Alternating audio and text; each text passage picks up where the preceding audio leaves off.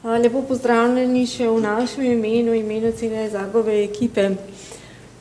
Profesor Tolaci je prej povedal, da so na Mariborski fakulteti v času debelih krajav nabavili veliko opreme, ki jo zdaj ne uporabljajo, ampak jo samo kažejo študentom. Tudi podobno smo na Zagu v času dobre finančne situacije nabavili veliko opreme, ki pa jo zadnje 2 leti intenzivno uporabljamo. Opremo za preiskave bitumnov, BBR pa DSR, o katerih je gospa Anja prej govorila, v zadnjih 2 letih uporabljamo in smo prišli že do nekaterih ugotovitev o obnašanju bitumnov po staranju. Največ zaslug za to ima prav Duška Bohinc, ki se najdalj časa ukvarja z bitumnim. Veseli me, da bojo te preiskave, ki smo jih mi začeli delati v zadnjih 2 letih, standardizirane prav kmalu, tako da bomo lahko ta nabor, ki smo ga do zdaj ustvarjali, porabili že za naprej. Želimo poznati lastnosti asfalta v celotni njegovi življenjski dobi, kako se bo obnašal pri nizkih temperaturah in kako se bo obnašal pri visokih temperaturah ter kakšna je njegova odpornost na utrujanje. Kakšne so pa lastnosti asfalta, so pa pravzaprav najbolj odvisne od vrste bitumna, ki ga tam not uporabimo. Tudi od same vrste kamna, kakovosti kamna, zrnavosti, vendar je bitumen tisti glaven, ki določa obnašanje bitumna.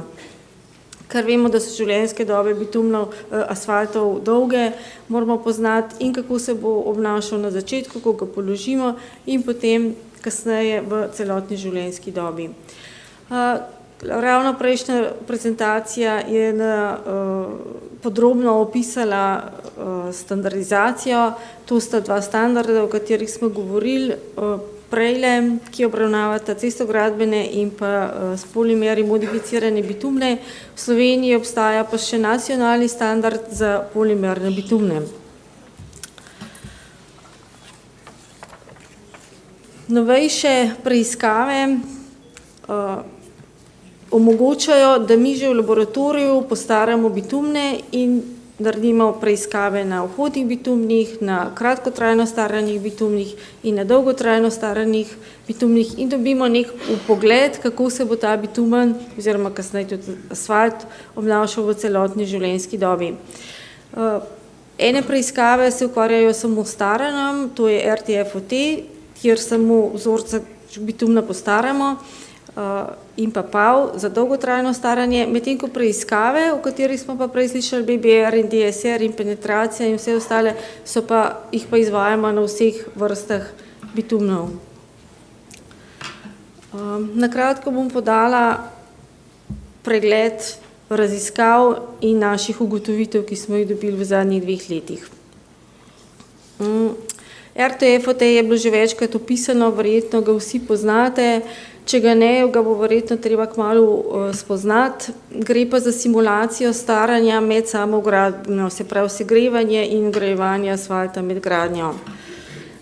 Dolgotrajno staranje se pa izvaja pod pritiskom, dalj časa pri povišani temperaturi in pa nekako simulira dolgotrajno staranje, se pravi utrujanje, temperaturne spremembe in kako se bo bitumen spremenil kemijsko, dolgotrajno in se postaral.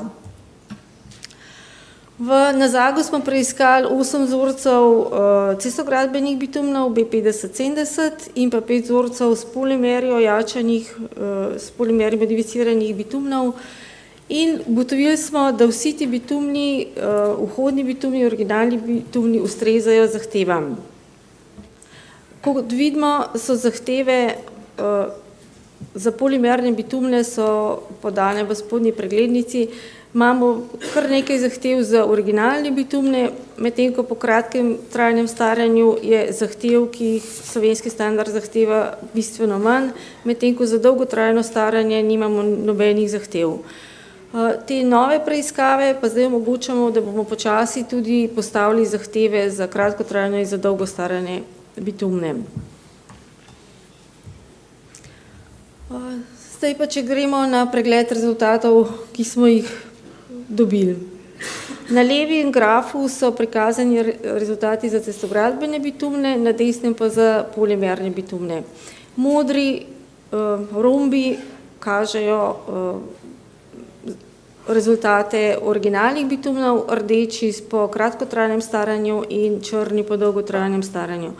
Kot vidimo, bitumni utrdijo in po kratkotrajnem staranju in po dolgotrajnem staranju penetracija je manjša, medtem ko pri polimernih bitumnih so te razlike manjše.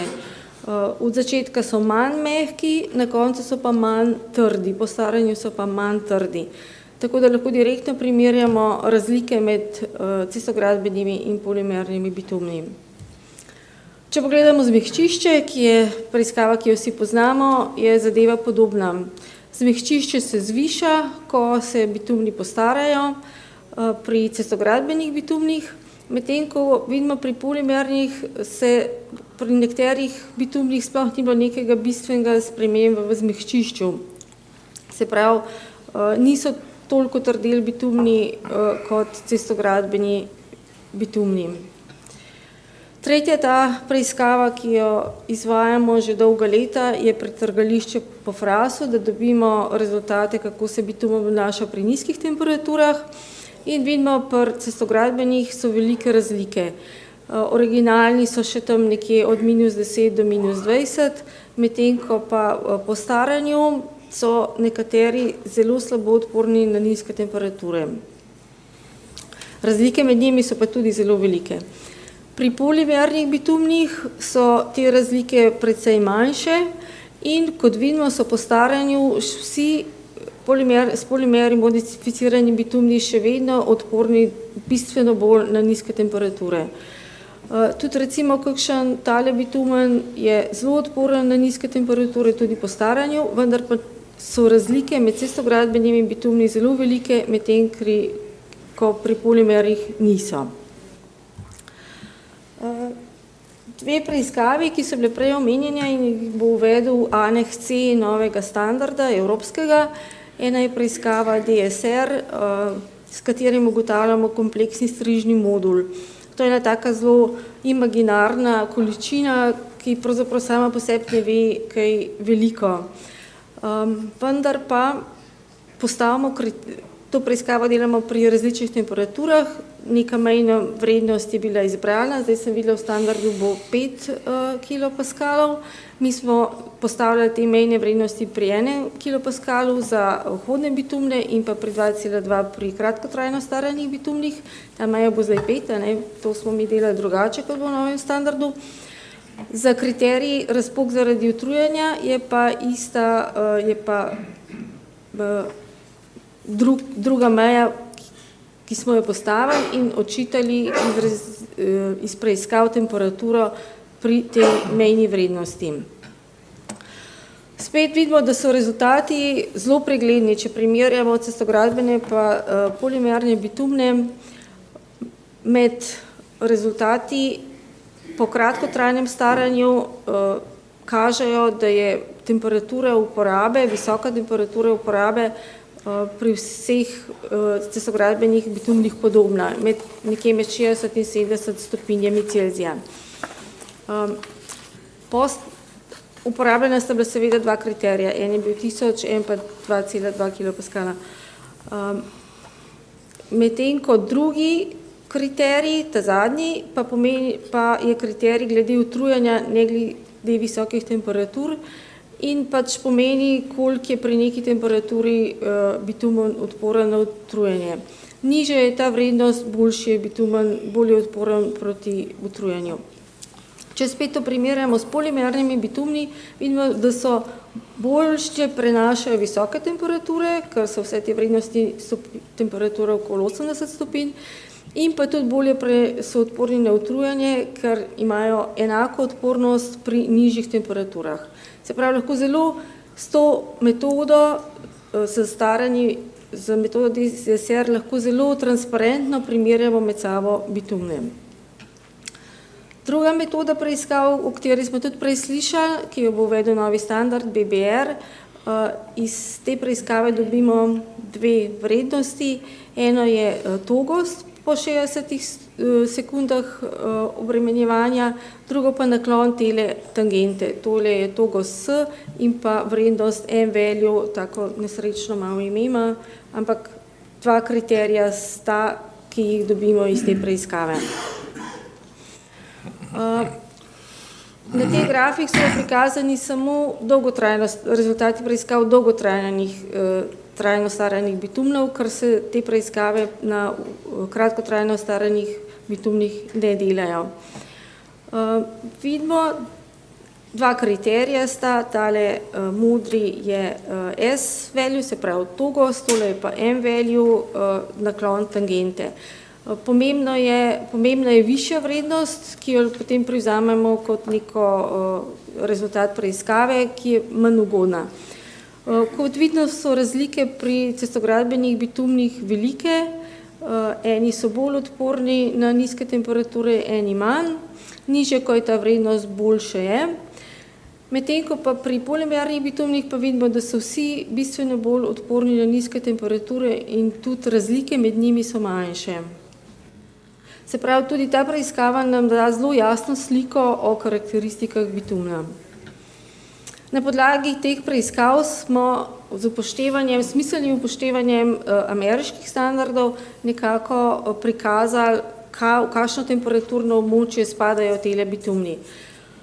Polimerni bitumni lahko ugotovimo, da jih lahko uporabljamo nekje od 75 stopinj, so odporni na kolesnice pri 75 stopinjah in pa za nizke temperature tja nekje do minus 26 stopinj.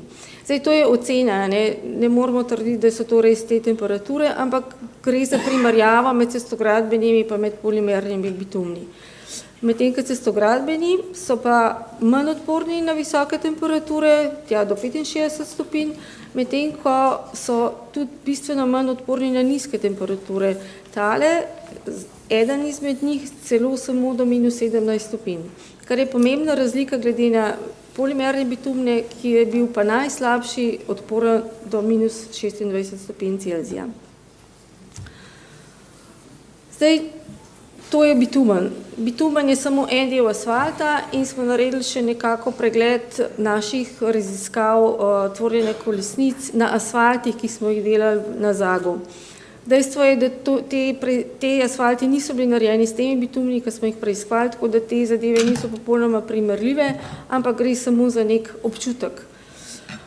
Tvorba kolesnic, manjša, ko je vrednost PRD, boljše je, manj se tvorijo kolesnice in tale rdeča črta predstavlja s polimeri modificirane bitumne, različne asfalte, niso bili vsi enaki, tale pa cestogradbene.